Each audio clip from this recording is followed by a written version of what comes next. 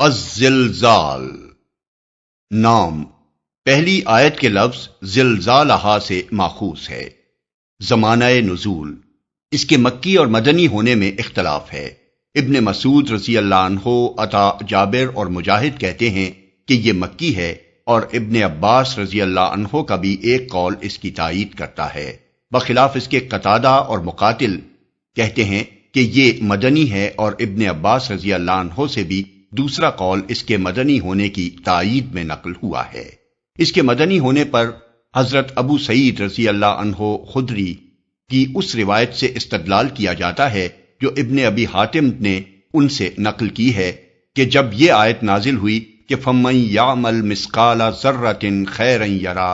وَمَن يَعْمَلْ مِثْقَالَ ذَرَّةٍ شَرًّا يَرَى، تو میں نے عرض کیا یا رسول اللہ، کیا میں اپنا عمل دیکھنے والا ہوں؟ حضور صلی اللہ علیہ وسلم نے فرمایا ہاں۔ میں نے عرض کیا یہ بڑے بڑے گناہ؟ آپ نے جواب دیا ہاں۔ میں نے عرض کیا اور یہ چھوٹے چھوٹے گناہ بھی؟ حضور صلی اللہ علیہ وسلم نے فرمایا ہاں۔ اس پر میں نے کہا پھر تو میں مارا گیا۔ حضور صلی اللہ علیہ وسلم نے فرمایا خوش ہو جاؤ اے ابو سعید، کیونکہ ہر نیکی اپنے جیسی 10 نیکیوں کے برابر ہوگی۔ اس حدیث سے اس سورہ کے مدنی ہونے پر استدلال کی بنا یہ ہے کہ حضرت ابو سعید خدری مدینے کے رہنے والے تھے اور غزوہ احد کے بعد سن بلوغ کو پہنچے۔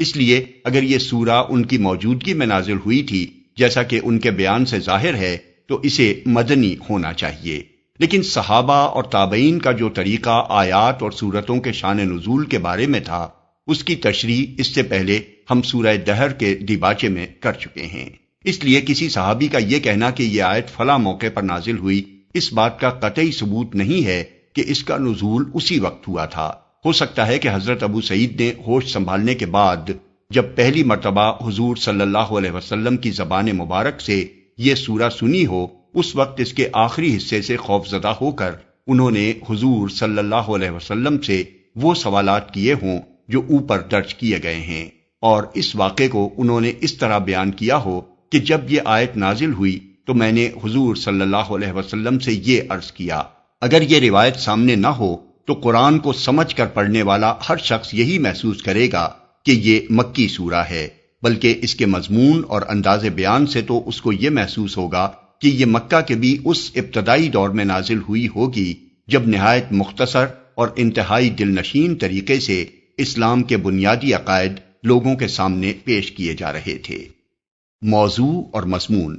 اس کا موضوع ہے موت کے بعد دوسری زندگی، اور اس میں ان سب اعمال کا پورا کچا چٹھا انسان کے سامنے آ جانا جو اس نے دنیا میں کیے تھے۔ سب سے پہلے 3 مختصر فقروں میں یہ بتایا گیا ہے کہ موت کے بعد دوسری زندگی کس طرح واقع ہوگی اور وہ انسان کے لیے کیسی حیران کن ہوگی۔ پھر 2 فقروں میں بتایا گیا ہے کہ یہی زمین جس پر رہ کر انسان نے بے فکری کے ساتھ ہر طرح کے اعمال کیے ہیں اور جس کے متعلق کبھی اس کے وہم و گمان میں بھی یہ بات نہیں آئی کہ یہ بے جان چیز کسی وقت اس کے افعال کی گواہی دے گی، اسی روز اللہ تعالیٰ کے حکم سے بول پڑے گی اور ایک ایک انسان کے متعلق یہ بیان کر دے گی کہ کس وقت کہاں اس نے کیا کام کیا تھا۔ اس کے بعد فرمایا گیا ہے کہ اس دن زمین کے گوشے گوشے سے انسان گروہ در گروہ اپنے مرقدوں سے نکل نکل کر آئیں گے تاکہ ان کے اعمال ان کو دکھائے جائیں، اور اعمال کی یہ پیشی ایسی مکمل اور مفصل ہوگی